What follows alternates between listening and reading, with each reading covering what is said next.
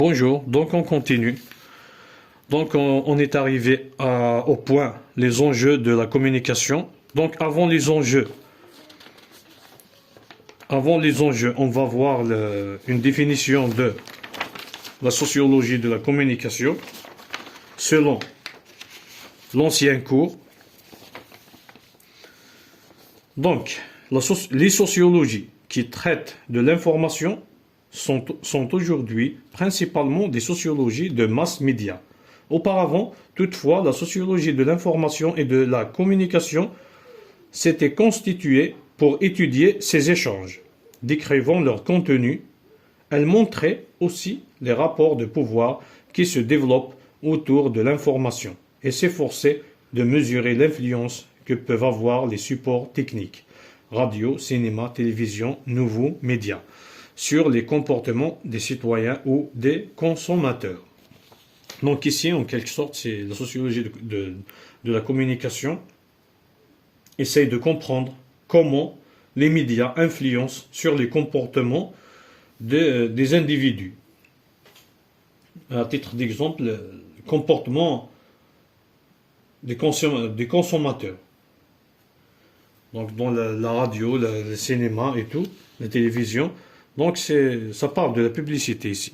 Donc on va voir le deuxième paragraphe pour mieux comprendre. L'évolution du grand ensemble que constitue la sociologie de communication est influencée par l'aspect utilitaire pour les entreprises ou les pouvoirs politiques qui dominent de plus en plus les études.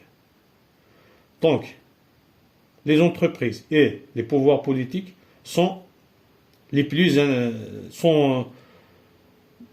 c'est ceux qui sont plus intéressés à ce genre d'études. On va voir pourquoi. Il s'agit d'abord de connaître l'impact de campagnes publicitaires et des manœuvres politico-médiatiques, à court terme, souvent à échéance de flux précis de marchandises et de services dans le premier cas, à échéance électorale immédiate dans le second cas, à un point où souvent la sociologie de la communication politique ou économique se réduit à une sociologie de la publicité politique ou économique. Ici, donc, on nous dit qu'il y a deux aspects les aspects qui marquent le plus cette sociologie de communication. Donc, c'est les manœuvres politiques et les campagnes publicitaires. Pourquoi? Donc, les campagnes publicitaires. Donc, en principe, le sociologue va essayer de comprendre comment les campagnes de publicité à la radio ou à la télévision ou autres peuvent être efficaces ou plus efficaces possible pour diriger en quelque sorte le comportement économique des consommateurs.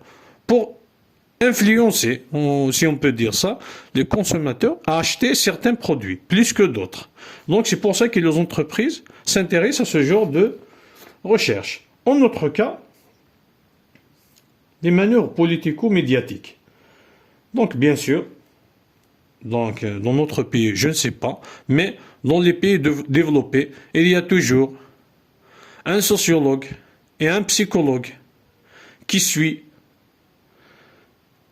si on peut dire, instantanément tous les discours, les gestes, toute présence d'un homme politique est toujours soutenue par des sociologues ou des psychologues. Même les gestes corporels, même le ton. Donc pourquoi? Parce que ça influe beaucoup sur la qualité et les résultats des élections. Voilà. Donc dans les domaines que touche beaucoup plus cette sociologie de la communication, c'est le domaine politique et le domaine de la publicité économique. Bien sûr, elle touche d'autres domaines qu'on va voir après. Donc, juste pour dire une autre chose, pour définir la sociologie de la communication, donc on doit en quelque sorte jumeler entre la définition de la sociologie et la définition de la communication. Donc la sociologie, elle étudie les rapports sociaux. La communication, c'est l'échange d'informations ou de contenu entre au minimum deux personnes. Donc la sociologie de la communication, c'est l'étude qui porte, c'est l'étude bien sûr scientifique, qui porte sur les interactions, les représentations, les rapports sociaux lors d'une communication. Voilà, c'est aussi simple que ça. Donc on passe aux enjeux de la communication. Donc les enjeux de la communication. Donc selon la prise de notes, la prof nous a donné 5 enjeux. 5 enjeux de la communication. Elle nous a dit qu'il y a un 6e qu'il faut chercher. Bon, celui qui est intéressé, il cherche. Sinon, il y a ces 5 qu'on a vus au cours. Donc, selon Alex Micheli, c'est un sociopsychologue, il y a 6 enjeux. Donc, je cite ici 5 enjeux. Donc, l'enjeu informatif. Les enjeux informatifs. C'est simple. C'est une information transmise de l'émetteur vers le récepteur. Pourquoi? Donc, l'émetteur veut expliquer cette information. Donc, le but, c'est que les récepteurs comprennent l'information.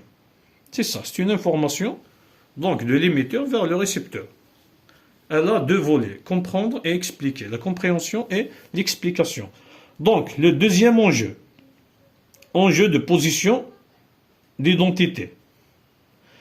Donc ici, la prof nous a donné un exemple direct, enseignant-étudiant. Donc, on a 2. C'est un émetteur et un récepteur. Donc, l'émetteur, c'est l'enseignant. Le récepteur, c'est l'étudiant ou c'est les étudiants. Donc, ils ont 2 différentes positions et ils communiquent.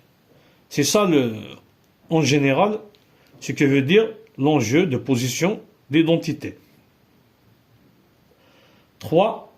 L'enjeu d'influence, entre parenthèses, politique, familiale, etc. Donc, communiquer